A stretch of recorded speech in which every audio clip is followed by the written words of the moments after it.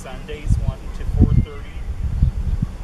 The Union County Historical Society is an 1890s village furnished with surrogate items. The museum features a schoolhouse, blacksmith shop, and church, barn, a railroad depot, and a caboose from the Chicago, Burlington, and Quincy Railroad. What you see right behind me is Chicago, Burlington, and Quincy 13925. Chicago, Burlington, and Quincy 13925 was built by the Aurora Shops in Aurora, Illinois in 1917 and is a one-way car caboose. This caboose was used on the back of freight trains on the Chicago, Burlington, and Quincy Railroad as the train crew's office many years ago. Then later on, Chicago, Burlington, and Quincy 13925 was retired and came to be part of the Union County Historical Society. Also, the windows were once covered up, and also this caboose got a cosmetic restoration as well.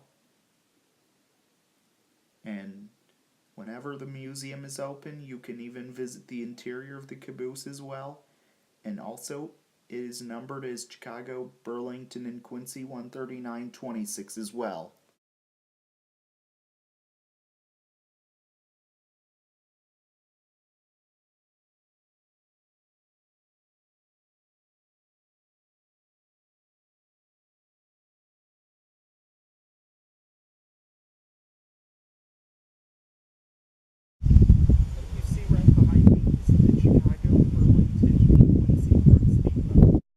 The Chicago, Burlington, and Quincy Brooks Depot was built like in the late 1800s or early or mid 1900s. Also, this depot was originally located in Lucas, Iowa, and then later moved to Brooks, Iowa, and it would even be used for passenger service on the Chicago, Burlington, and Quincy Railroad.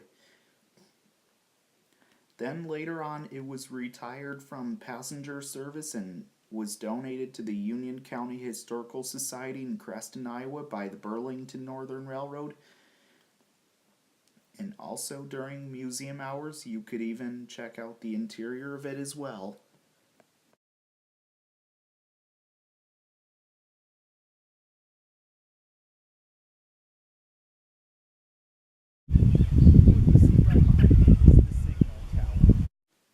The signal tower was built in probably the late 1800s or early or mid 1900s. This signal tower is a former Chicago, Burlington, and Quincy signal tower, and also it was originally located next to the Elm Street crossing in Creston, Iowa, in the downtown part near the three-story depot. Also, the signal tower would be used to spot incoming trains so the crossing arms could be lowered. Then, later on, it was retired and got relocated to McKinley Park and being part of the Union County Historical Society in Creston, Iowa, where it is today.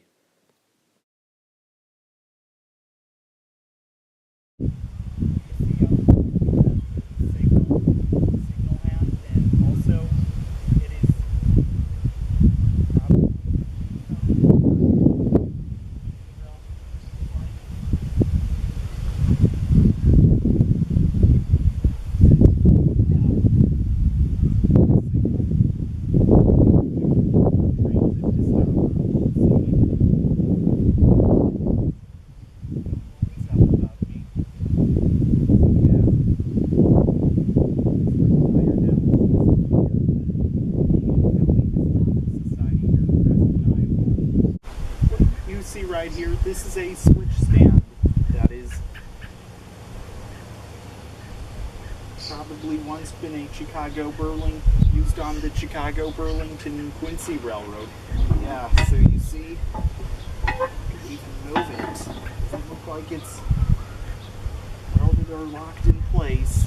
So yeah, it's displayed right beside the caboose on this side at the Union County Historical Society here in Creston, Iowa. Okay, I'll show you the exhibits that are on the this bench and that bench back there on that bench and on the wall, and even show you around. So I'll get behind the camera and show you. So here we go. Okay, so here's a potbelly stove that they'd use for cooking, and here's a plate they would use to eat. And look, these are some track equipment, kind of like a crowbar. And just ignore the flies buzzing in the background, please. Those are track tools. And here's some wrenches on this wall. And here's some air hoses. And these are some gas darnings, looks like spikes. Here's some spikes used for putting on. And this is what was used on under the tracks, and the spikes would be put in those holes. As well as here's a conductor's coat and a chain, and I wonder what this is. Looks like some kind of scale to me. Here's some suitcases as well. Okay, I am going to show you the exhibits in the Brooks Depot, and also I'll get behind the camera and walk around, so come along. Okay, so we're walking around in the Brooks Depot, so here's what it looked like when it was in Brooks, Iowa. And you could see it says here, Jane Cooper is a native of Creston. She has been painting. Oh, I don't know why I hit that, but that's okay. Should be fine. She has been, but as I was saying, she's been painting since high school and attending commercial art school in Omaha, Nebraska, which is where I live, which is where I'm from, of course, which is my hometown.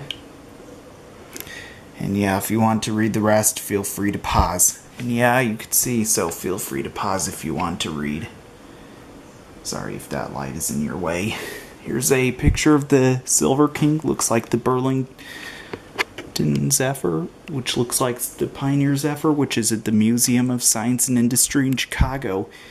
Here's a lantern, and this is a headlight from a Chicago, Burlington, and Quincy locomotive, number 5620, which was scrapped years ago, given by Terry Taylor.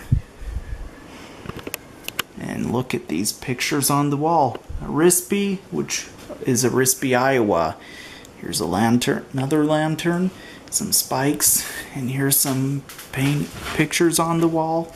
Suitcase, a lantern, and wow, here's a stove, and that coal would go in there. And this looks like a signal light, restored by Marvin. Someone by the name Marvin, looks like. There's an old-fashioned telephone, which you would crank that handle, maybe, and even make a phone call. And those look like old phone things, like that one on the left side of the wooden telephone. Here's a grandfather clock as well. And yeah, so much to see in here.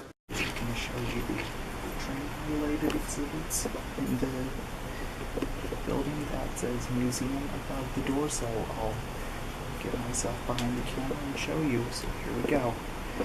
Okay, so we're starting over here. Here's some pictures. Receiving Sierra, 1910. Look at that roundhouse. The Creston Depot. Yeah, that's the roundhouse that was in Creston. Thayer Depot. And look at all these pictures. Some old tickets, conductor's hat, and that's the caboose just near the depot.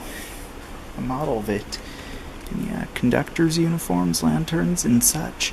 These pictures of streamlined diesels. And here's the 35, which is in St. Joseph at the Patey Depot. I mean the Patey Museum, House Museum. Yeah, look at all these pictures of the old times of CB&Q, Chicago, Burlington, and Quincy. Yeah, pretty cool how they have it here.